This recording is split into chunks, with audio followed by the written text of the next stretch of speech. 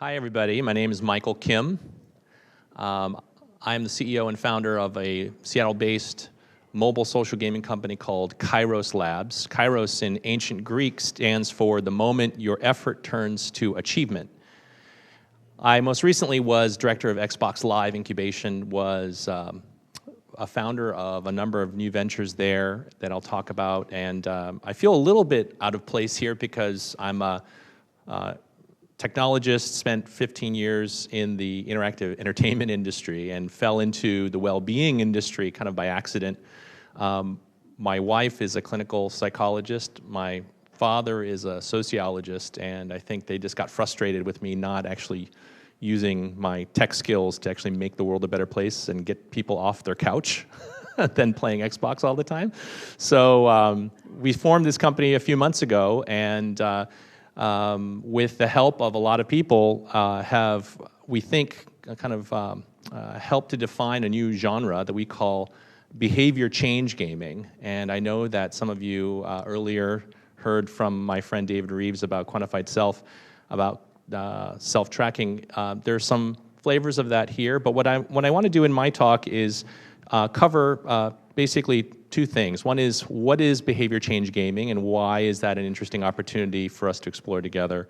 And then secondly, I'll talk a little bit about Livin'. You can go to livin.it now. We are in private beta. We are in our third iteration of our habit development game, and I'll talk more about that later.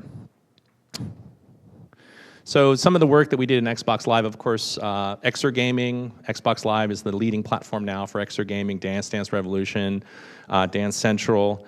We learned a lot from that experience in terms of how people really want to extend more of the Xbox experience into wellness.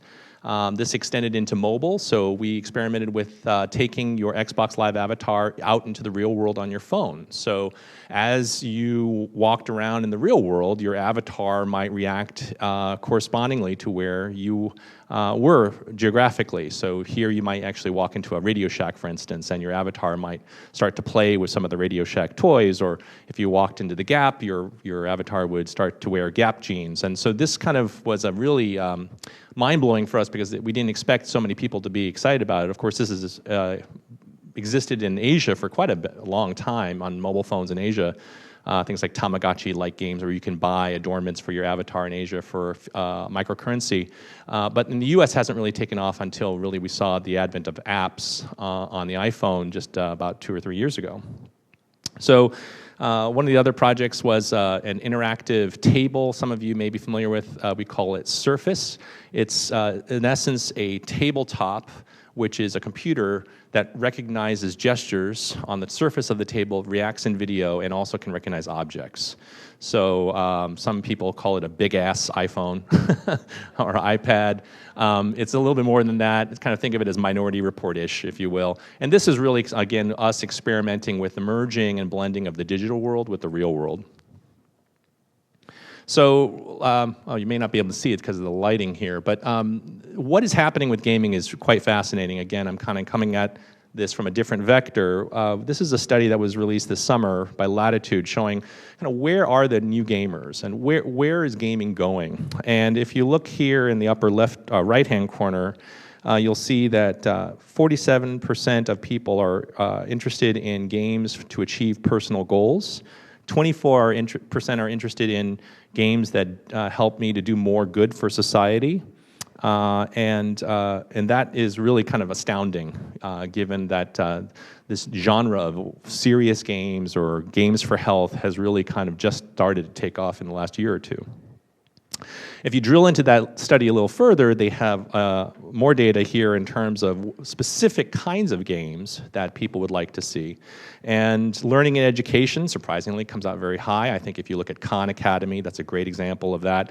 But also if you look at personal wellness and healthcare, 72% of people were interested in more games for personal wellness and healthcare. So that's great. That's kind of, from my perspective, a great business opportunity, a great market opportunity, a nascent industry, and that's why, among other reasons like making my wife happy, I wanted to leave Xbox.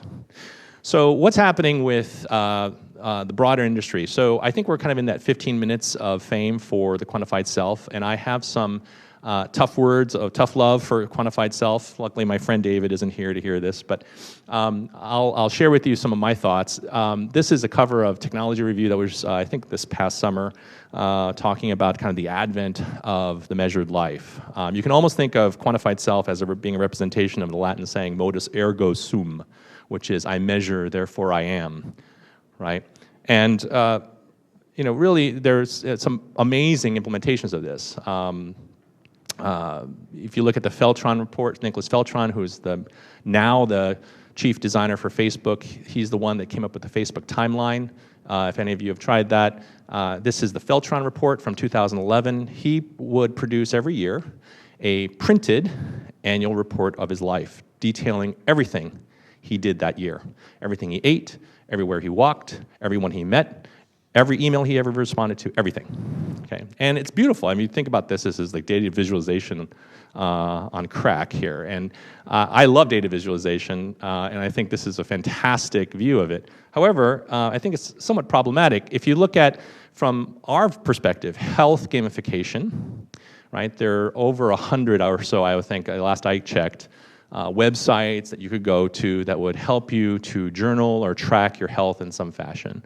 And if you look at least 5 of the leading ones, I've redacted part of their names here to protect the somewhat innocent, you can see that this is clearly not working. And why is that? I call them single-player self-tracking gamification. Single player meaning I, myself, am mostly interacting with this web application, might be journaling what I ate, how many steps I walked, what food I ate, etc. And you see a problem here, don't you? One of the companies has said that they lose, and this is one of the 5 most frequently talked about companies in this space, that they lose 90% of their users within the first 2 weeks. Another one said anyone who can code can create a self-tracking application. So clearly self-tracking or gamification or quantified self alone isn't working. So kind of why is this? I think the first problem is it's mostly single player, right? So what is single player? Single player is autonomous, it's disconnected, it's narrow to zero feedback. You're lucky if you get any meaningful, helpful feedback from the application that is demonstrably improving your behavior in any way. And frankly, they're mostly journaling applications, right? So I asked a friend of mine who works for a company I really admire, one of the major geolocation mobile applications, what did she think was the purpose for her application? And she said, it's journaling, right? It's not a game, it was journaling. And that's actually how I felt as well. It was kind of a travel log of just showing where over time I've been. And in some cases, it's double entry accounting, right? So I might have actually walked 100 steps, but I'm going to go to the web app now, and I'm going to tell it I walked 100 steps, right? Now we're getting to the point where actually the devices like Fitbit and others like Jawbone and others are coming out that will actually hopefully do some of that for us. But right now, I think most of this is single player. And so this is also a good example of what might be another issue with respect to the quantified self. I'll give you a second here to read this cartoon.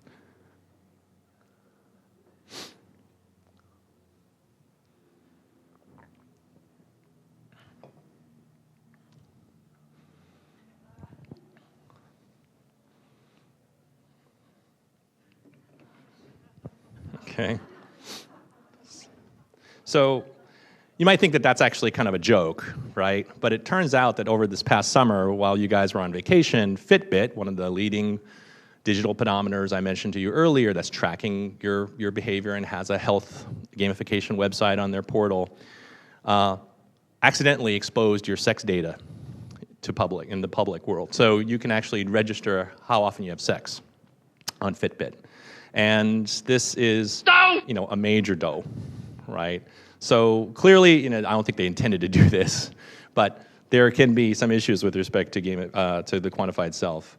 And there are other issues here, right? So we all heard this quote, of course, from Mr. Einstein, that really just tracking in and of itself is not the issue. We need to really be able to hone in on what's most important, what's the simplest, most effective, and sustainable thing that matters.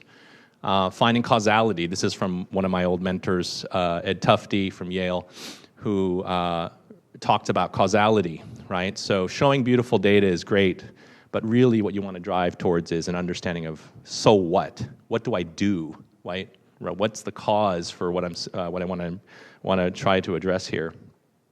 Another point that some people make in the QS movement about the dynamic of why it can be effective is a concept called the Hawthorne effect. The Hawthorne effect represents a study of experiments done about, I think, maybe 20 years ago, 30 years ago, that seemed to indicate that if people in a study were observed and knew that they were being observed in an experiment, their performance in a work environment improved. Well, it turns out, and this is actually a recent study just done this year by the author of Freakonomics, Stephen Levitt from the University of Chicago Economics Department, that really kind of went into the original data and the subsequent data, analyzing that data, and found, quote, the results were mixed at best. The mythology surrounding the Hawthorne experiments was largely absent careful data analysis and has persisted for decades, even in the face of strong evidence against it. So clearly there's something going on with QS that is working for some people, right? But to depend on the masses to pick up QS because of the Hawthorne effect, that, hey, if you track it, modus ergo sum, you will improve, I don't believe that that case has been clearly made. Let me give you a more personal example of why single player is failing. Over the summer, I tracked on Facebook every day how many calories I walked at the gym. And here I was pretty proud. My goal was to hit a month every day, 31-day streak. I walked 780 calories that day, right? And I post on Facebook, right? And so I'm kind of testing the waters here in terms of how is Facebook as a health gamification experience. Well, what do you think was kind of my disappointment here? Can anybody see? Do you know who that is? That's my wife. So that did not, and I have a decent number of friends, 200 or so friends on Facebook. That was not clearly working, but it was definitely an interesting experience and learned a lot from that. So some people have been asked, okay, so how do you characterize the difference here? What's going on here? Well, one way of looking at it is through the lens of illness versus wellness, right? So how would you characterize the difference between illness and wellness? Well, some people could think of it as a difference between I, single player, and we, together, multiplayer. Right? And thinking more carefully about this, what is this Occam's razor here? We asked ourselves at Kairos Labs, we thought, okay, if we really want to affect sustainable behavior change, what is the Occam's razor? What is the simplest, smallest thing that matters that we can start from? And our theory is in large part based upon our own experiences at home. Here, this is our chore chart at my home in the kitchen on our refrigerator. How many of you have a chore chart with your kids? Okay. I'm sharing some of our dirty laundry here. So I want to send out a little test to all of you. Just call out any patterns that you might see here. So we have two kids here, Naomi and Zach, and we're tracking specific behaviors that we want them to do through the week. Anybody? Just call out any patterns you might see. No one is cleaning. Can you say why?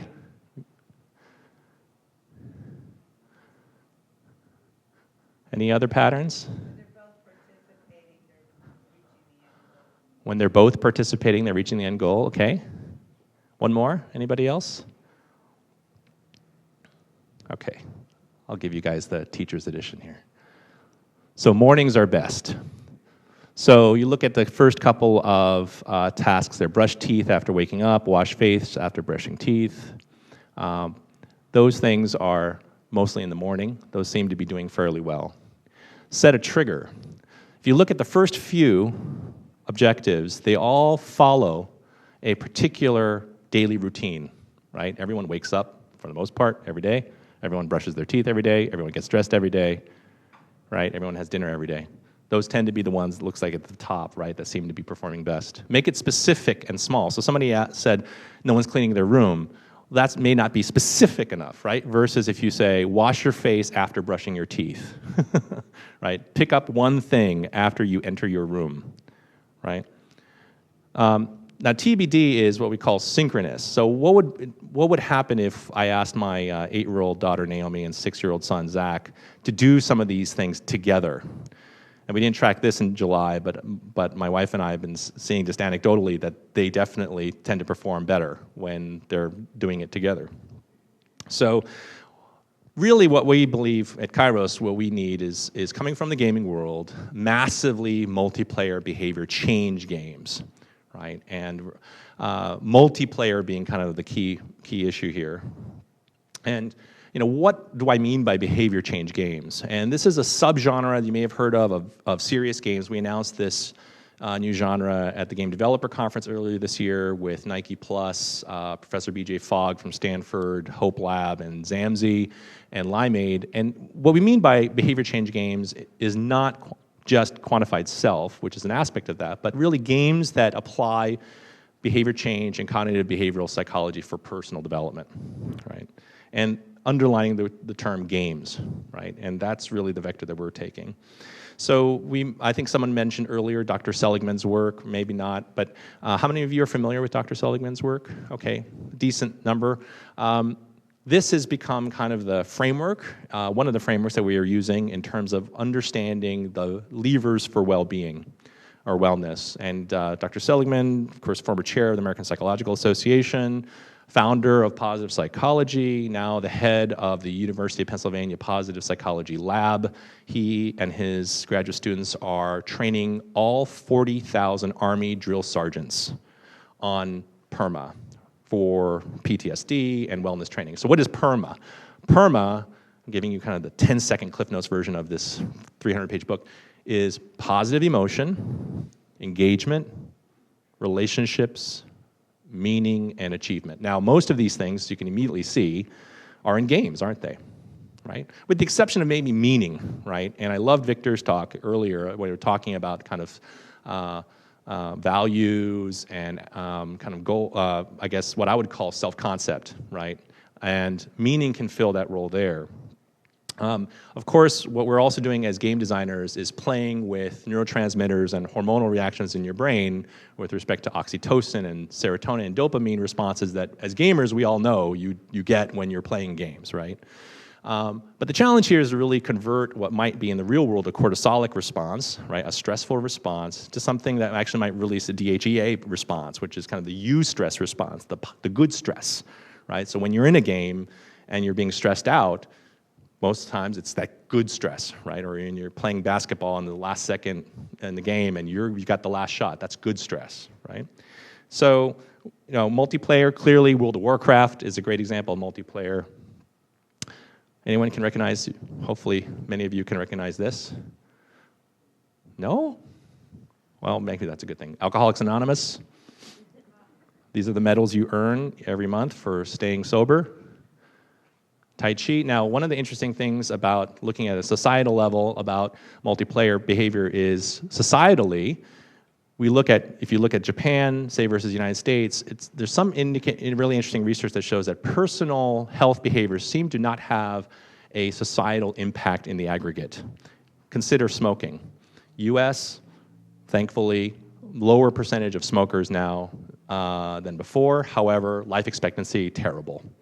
Versus, in comparison to other countries, versus in Japan, where smoking is very high in comparison, and life expectancy is yet still very high, though, right? So there's some indicating research that shows that maybe there's something going on at the sociological level, right? It's that social cohesion, multiplayer, is the cause for this, that at the societal level, if you really want to make a dramatic change in health, that it needs to be multiplayer. The Peloton. I thought, what is the largest multiplayer behavior change experience? Can anybody guess why I put this up here? It's the Hajj. Anybody else, though? So, roughly 1 billion Muslims in the world today. If you are practicing Muslim, you are obligated to pray 5 times a day. That's 5 billion moments of meditation every day from this community, give or take, right? You take the actives versus the non-actives. I want to show you this little video here real quick, and then we'll wrap up. But this is an example in Paris. I don't know if this is actually real, but you'll get the idea here of how you can actually start to make fun experiences that affect behavior change in a multiplayer way.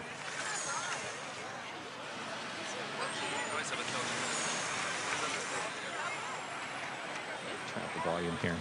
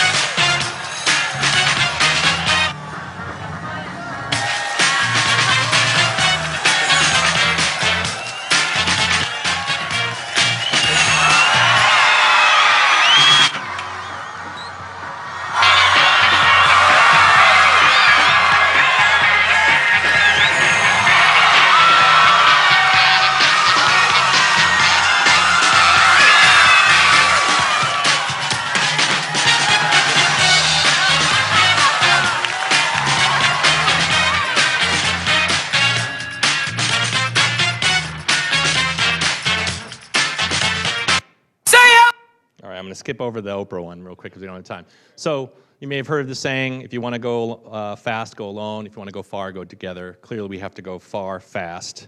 One of the really canonical examples here of synchronous multiplayer is Nike Plus. Nike Plus has a great set of team-based mechanics, and we are stealing liberally with our partners at Nike and learning a lot from them. And Live in It, again, is our particular initial version from Kairos Labs, focusing on mobile habit mastery using social game mechanics. You can go up there now and join our private beta. We are right now in our third iteration of the game and testing that shortly. And real quickly, I'll show you kind of some of the results here. We have, from an earlier test, a player here who started at about 215 pounds and over about a 30-day period lost about 100 pounds. I'm sorry, that was a 100-day period. Each of those increments is in 3 days. Lost over about 100 pounds playing Live in It, and here we actually modeled it after some of the habits in the 4-hour body. And in our 100-day player test, we found that a very high percentage of people were still engaged with the game. So 70% of players were still engaged with the game after 100 days. But the thing that we're really interested in here is the bounce, what we call the bounce back metric. And that's 83% of people who fell off the wagon at some point actually came back on the wagon. And we believe that this notion of multiplayer game mechanics really helps there. And really getting people back on the wagon. So finally, this is my last slide. I just wanted to invite any of you. We actually have some a new organization called Habit Design. It's really taken off in San Francisco, where it started. We have almost 300 people there. We also have a new group in New York starting on Monday, which already has about 120 people. If you're in New York or San Francisco, please join us. We're a network of professionals all sharing best practices about habit formation. That's it. Thank you.